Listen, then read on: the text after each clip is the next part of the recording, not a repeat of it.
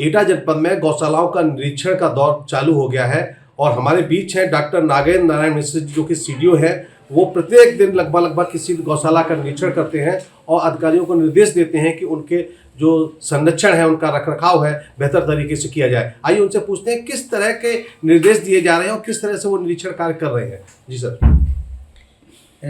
हमारा तो इस संबंध में पहले यह प्रयास है कि शासन की निर्देशों के अनुसार वहाँ अलाव जल रहा है नहीं, हीटर की व्यवस्था है कि नहीं, जो रेडियम पट्टी लगाने की बात की जा रही है उसका परिपालन हो रहा है कि नहीं, जो है भूसा चारा के साथ साथ सफाई की व्यवस्था है कि नहीं, वहाँ जो है कंबल की व्यवस्था है कि नहीं, वहाँ तिरपाल इत्यादि से जैसे जानवर जो है ठंड में मरे न, इनकी क्या व्यवस्था की गई है। तो इसी संबंध में हमने अब तक 3 गौशालाओं का निरीक्षण करने के साथ साथ सभी नोडल अधिकारियों को जांच के लिए लगाया है। मेरी प्राथमिकता यह है कि 5 बजे यह सायंकाल से लेकर के रात के 8 बजे के बीच में या उसके बाद यह औचक निरीक्षण करके हमें बताया जाए कि कहाँ पर क्या क्या कमियां हैं और उनको चेतावनी दे करके पहली बार हमारा ये प्रयास है कि शासन के निर्देश के क्रम में हम यथासंभव यह बेटर पोजीशन ले आएँ। नगर पंचायत अवागढ़ में हमने देखा कि स्थितियाँ सराहनीय हैं। इसके लिए वहाँ के जो है हमारे नगर पंचायत अध्यक्ष और वहाँ के केयरटेकर जो है प्रशंसा के पात्र हैं। लेकिन जो हमने मलावन की गौशाला देखी या हमने जलेसर की गौशाला देखी, मलावन की गौशाला हमको जो है ये निराशाजनक लगी।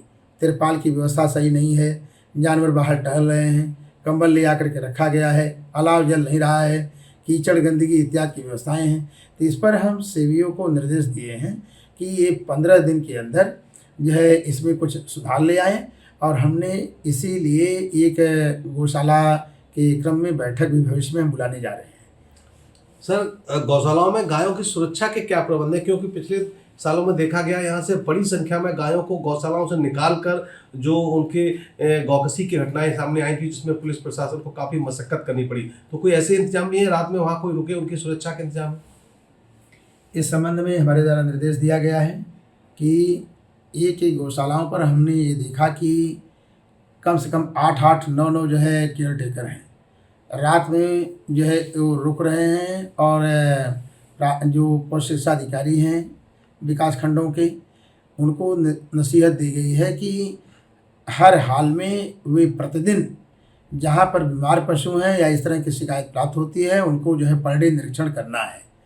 जहाँ पर हमारे पशु जो है बीमार हैं उनका प्रतिदिन जो उनको निरीक्षण करना है, देखभाल करनी है, और जहाँ सामान्य स्थितियाँ हैं वहाँ भी उनको एक राउंड लेना है, जिससे कि कहीं कोई स्थिति जो है जाड़े के दिनों में गौ माता के प्रति या गोवंश के प्रति हमको जो है दिखाई न पड़े। सर, एक अंतिम सवाल ये है कि अभी आप जिक्र कर रहे थे कि जो गौशालाओं में गायें हैं उनको क्या प्राइवेट व्यक्ति या आसपास के गांव के व्यक्ति ले जाकर अपने घर में पालन कर सकते हैं? ऐसी कोई स्कीम है क्या जिससे उनका बेहतर देखभाल हो सके?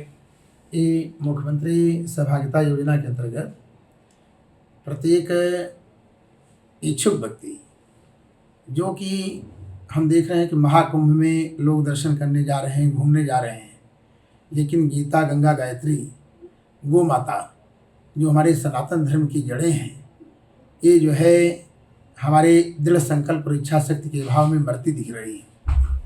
इसमें जो लोग इच्छुक हैं वो गौशाला से गाय ले सकते हैं, गौ सेवा के रूप में उनकी सेवा करेंगे। प्रत्येक गौशाला पर प्रत्येक दिन के हिसाब से 50 रुपये की व्यवस्था सरकार की ओर से दी जा रही है और इसी संदर्भ में पहली पहल हम भी करने जा रहे हैं कि हम खुद एक गाय सेवा के रूप में अपने पास रखने जा रहे हैं, जिससे कि परोपदेशे पांडित्यम सर्वेषां सुकरम नृणाम, हमको उपदेश कम और काम में ज़्यादा विश्वास है। हमारा कर्म ही धर्म है और हमारी काम ही पहचान है। तो हम ये संदेश देना चाहते हैं कि ज़्यादा से ज़्यादा लोग गायों को जो है पालें सेवा भाव से, तभी इस समस्या का जब तक लोग स्वेच्छापूर्वक सहजता से जो है स्वीकार नहीं करेंगे तब तक इस समस्या का समाधान अकेले सरकार के बस की बात नहीं है। इसके लिए हम सभी स्वयंसेवी संस्थाओं का, धार्मिक जनों का और जो है जो किसान हैं सभी का सहयोग लेकर समस्या के समाधान करने के लिए तत्पर है। तो ये थे हमारे बीच में डॉक्टर नागेंद्र नारायण मिश्रा जी जो कि सीडीओ हैं एटा में। उन्होंने एक अभिनव प्रयोग किया है, जिसके तहत अपील की है कि जो गौशाला में गौवंश है उसको आसपास के जो गौ प्रेमी हैं उनको ले जा सकते हैं, उनका देखभाल कर सकते हैं, पालन कर सकते हैं, और एक तरह से जन सहभागिता की एक मुहिम छेड़ दी है, जिससे कि इस पूरे आंदोलन को जन उपयोगी बनाया जा सके और जो सरकार की आकांक्षा है, सरकार के जो निर्देश हैं, उनका पालन किया जा सके।